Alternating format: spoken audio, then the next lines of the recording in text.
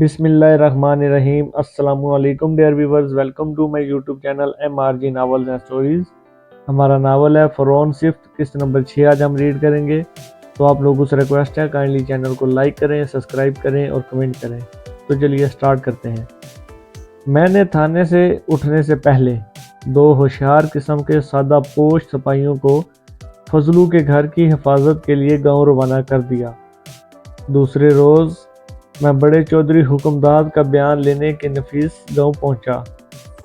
حویلی میں منصب اور منصور نے میرا شاندار استقبال کیا۔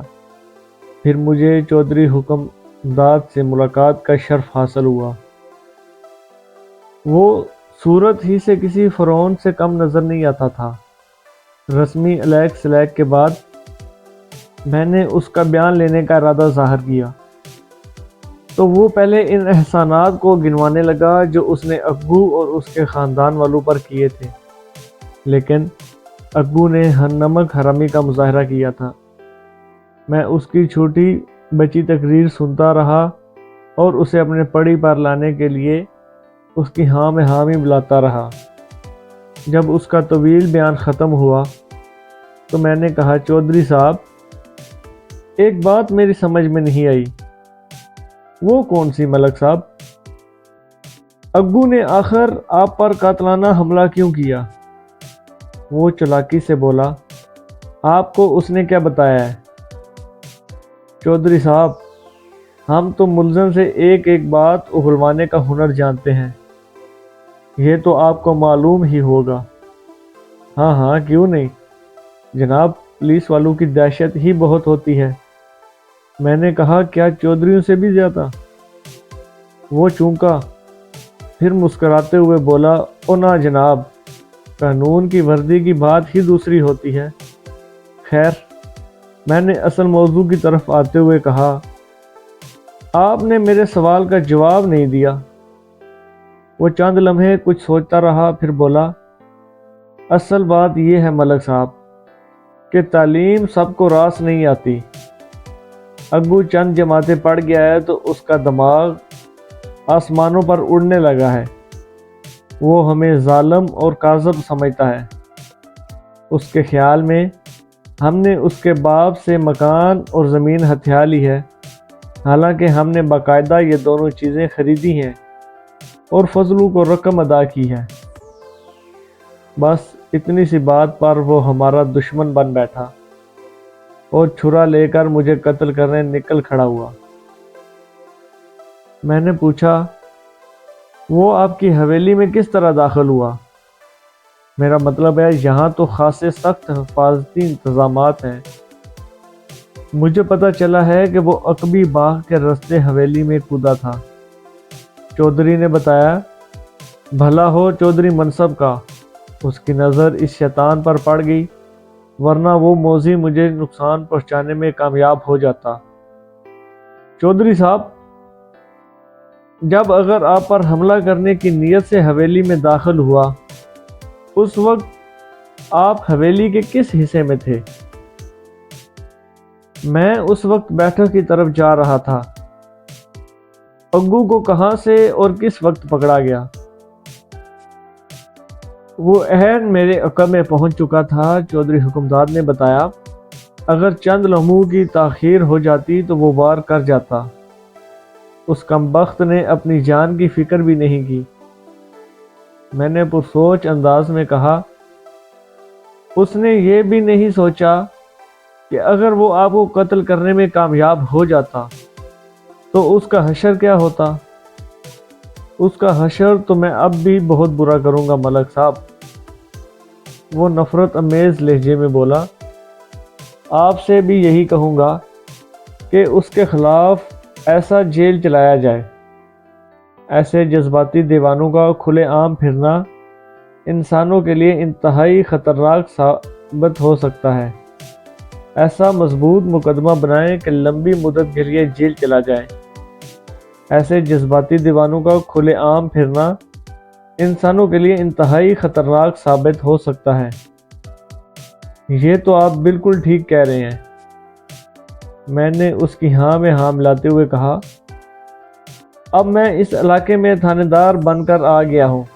چودھری صاحب، آپ فکر نہ کریں، انسانیت کے دشمنوں کو میں چن چن کر کیفر کردار تک پہنچاؤں گا۔ آخری الفاظ ادا کرتے ہوئے میرا لہجہ خاصا تلخ ہو گیا تھا۔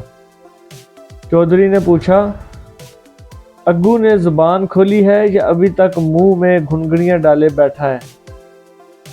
آپ بھی کمال کرتے ہیں چودھری صاحب، میں نے اسے خوش کرنے کے لیے کہا۔ ہم نے ایک ہی رات میں اس کی گھنگھڑیاں دوسرے راستے سے باہر نکال دی ہیں۔ ہمارے پاس آ کر تو پتھر بھی بولنے لگتے ہیں۔ اگو کس باغ کی امی ہے؟ میرے آخری جملے نے چودھری کو چونکنے پر مجبور کر دیا۔ میں نے امی اور باغ کا ذکر خاص طور پر کیا تھا۔ اس سے میں نیلو کی جانب اشارہ کرنا چاہتا تھا، کیونکہ چودھری نے ابھی تک اس حوالے سے کوئی بات نہیں کی تھی۔ چودھری سنبھل کر بولا، اس بدبخت نے کیا بیان دیا ہے؟ بیان تو خاصا لمبا چوڑا ہے جناب، میں نے ٹالنے والے انداز میں کہا، لیکن آپ فکر نہ کریں، میں اسے ایسا فٹ کروں گا کہ زندگی بھر یاد کرے گا۔ اس حرام زادے نے تو آپ پر کیچڑ اچھالنے کی کوشش بھی کی تھی، لیکن میں نے اسے لاتوں اور گھونسوں سے دھنک ڈالا۔ چودھری نے محتاط لہجے میں پوچھا، ایسی کیا بات کہہ دی تھی اس نے؟ میں نے چودھری کو تڑپانے والے انداز میں کہا، کمی کمین ہے نا، نیچ بات ہی کرے گا، مگر میں نے ایسا مزہ چکھایا ہے کہ آنے والی نسلیں بھی گنجی پیدا ہوں گی۔ یہ آپ نے ٹھیک کیا ہے، وہ جذباً ہو کر بولا۔ پھر ٹٹولنے والے لہجے میں پوچھا، کیا کہہ رہا تھا وہ خنزیر کا بچہ؟ میں نے چودھری کے چہرے پر نظریں جماتے ہوئے کہا، وہ آپ کی بیٹی نیلوفر کا نام لے رہا تھا۔ میں نے اپنی پوری زندگی میں قانون کو کبھی اپنے ہاتھ میں نہیں لیا، وہ منافقانہ لہجے میں بولا۔ اس گندگی کے کیڑے نے نیلوفر کے حوالے سے یہاں بھی کچھ بکواس کی تھی۔ وہ سراسر جھوٹ بول رہا تھا۔ اگر میں حقیقت سے واقف نہ ہوتا تو اس کی اداکاری سے یقیناً متاثر ہو جاتا۔ وہ کہہ رہا تھا کہ اگر مجھے قانون کی پاسداری کا خیال نہ ہوتا تو اس حرام زادے کو میں یہیں زمین میں گڑوا دیتا۔ میرے چودھری کا چہرہ ایک لمحے کے لیے متغیر ہوا، لیکن اگلے ہی لمحے وہ سنبھل گیا۔ ملک صاحب، میں نے اپنی پوری زندگی میں قانون کو کبھی ہاتھ میں نہیں لیا، وہ منافقانہ لہجے میں بولا۔ اس گندگی کے کیڑے نے نیلوفر کے حوالے سے یہاں بھی کچھ بکواس کی تھی۔ وہ سراسر جھوٹ بول رہا تھا۔ اگر میں حقیقت سے واقف نہ ہوتا تو اس کی اداکاری سے یقیناً متاثر ہو جاتا۔ وہ کہہ رہا تھا، اگر مجھے قانون کی پاسداری کا خیال نہ ہوتا تو اس حرامزادے کو یہیں گڑوا دیتا۔ میرے بیٹے تو اسے زندہ چھوڑنے کے حق میں نہیں تھے، لیکن میں نے انہیں سمجھایا کہ وہ ملزم کو قانون کے حوالے کریں۔ یہ آپ نے بہت اچھا کیا چودھری صاحب، میں نے اس کی کوشش کو سراہتے ہوئے کہا۔ اب میں اس کمبخت سے خود ہی نبڑ لوں گا۔ آپ نے قانون کے ساتھ جو تعاون کیا ہے، میں اس کے لیے آپ کا شکر گزار ہوں۔ امید ہے آپ آئندہ بھی اسی طرح قانون سے تعاون کرتے رہیں گے۔ ایسا ہی ہوگا ملک صاحب، وہ سینہ پھیلاتے ہوئے بولا۔ اب آپ قانون کے تقاضے پورے کریں۔ اس منحوس نے میری بچی کو بدنام کرنے کی کوشش بھی کی ہے۔ میں آپ کی پوزیشن کو سمجھ رہا ہوں چودھری صاحب، میں نے مسکا لگاتے ہوئے کہا۔ آپ کی بیٹی میری بہن ہے، میں اس بدماش کے ساتھ کوئی رد و رعایت نہیں کروں گا۔ بلکہ اسے کڑی سے کڑی سزا دلوانے کی کوشش کروں گا۔ میں کچھ دیر مزید وہاں بیٹھا، پھر حویلی سے نکل کر اکو کے گھر کی جانب روانہ ہو گیا، جہاں اکو کی جوان بہن تاجی اپنے بوڑھے والدین کے ساتھ موجود تھی۔ مجھے حویلی ہی سے خبر مل گئی تھی کہ آج وہ لوگ کھیتوں میں کام کرنے نہیں گئے تھے۔ میں اکو کے گھر کے نزدیک پہنچا تو دور ہی سے مجھے سادہ پوش اہلکار دکھائی دے گئے۔ میں نے انہیں مخصوص اشارہ کیا۔ جواباً انہوں نے اشارے سے بتایا کہ سب خیریت ہے۔ میں نے آگے بڑھ کر اکو کے دروازے پر دستخط دی۔ وہ 2 کمروں پر مشتمل ایک چھوٹا سا کچا مکان تھا۔ اس وقت دوپہر کے 4 بج رہے تھے۔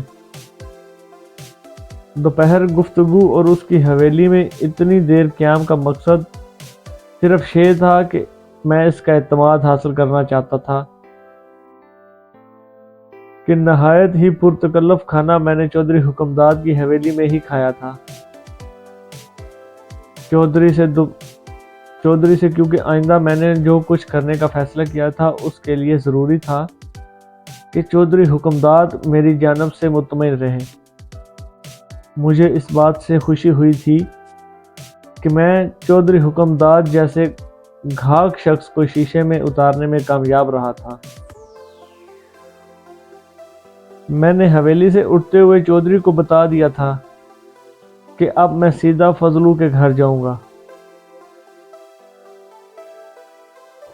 لیکن میں دیکھ رہا تھا کہ اس کے باوجود بھی چودھری نے اپنا ایک آدمی خفیہ طور پر میری نگرانی کے لیے میرے تعاقب میں روانہ کر دیا تھا۔ میں نے متعاقب شخص کو ایک نظر دیکھتے ہی تاڑ لیا تھا۔ دروازہ فضلو نے کھولا اور سہم کر پیچھے ہٹ گیا۔ میں اس وقت سرکاری وردی میں تھا۔ فضلو کا بدکنہ فطری امر تھا۔ اس کا جوان بیٹا پہلے ہی میری حویل میں تھا۔ میں نے آگے بڑھ کر اس کے شانے پر ہاتھ رکھا تو وہ مزید سکڑ گیا۔ میں نے نرم لہجے میں کہا، ڈرو نہیں، میں تمہیں گرفتار کرنے نہیں آیا۔ وہ ممنمایا، آپ مجھے گرفتار کر کے کیا کرو گے تھانے دار صاحب؟ میرا بیٹا تو پہلے ہی آپ نے بند کر رکھا ہے۔ یہ باتیں ہم گھر کے اندر بیٹھ کر بھی کر سکتے ہیں۔ میں نے دوستانہ لہجے میں کہا تو اس نے رستہ چھوڑ دیا۔ میں نے گھر کے اندر داخل ہوتے ہوئے کہا، مجھے اس وقت تھانے دار نہیں بلکہ اپنا دوست سمجھو فضلو۔ یہ کیسی دوستی ہے تھانے دار صاحب؟ اس کا واضح اشارہ اکو کی گرفتاری کی جانب تھا۔ میں نے کہا، میری دوستی ابھی تمہاری سمجھ میں آ جائے گی، کہیں بیٹھ کر اطمینان سے بات تو کرنے دو۔ اس وقت اکو کی ماں نور بی بی بھی کمرے سے نکل آئی۔ وہ ہمارے درمیان ہونے والی باتیں سن چکی تھی۔ جلدی سے چارپائی بچھاتے ہوئے بولی، یہاں بیٹھے تھانے دار صاحب۔ میں چارپائی پر بیٹھ گیا۔ اس دوران میں فضلو نے بیرونی دروازے کو اندر سے کنڈی لگا دی تھی۔ میں نے محسوس کیا اندرونی کمرے سے 2 آنکھیں مجھے مسلسل گھور رہی تھی۔ یقیناً وہ اکو کی بہن تاجی تھی جو چھپ کر مجھے دیکھ رہی تھی۔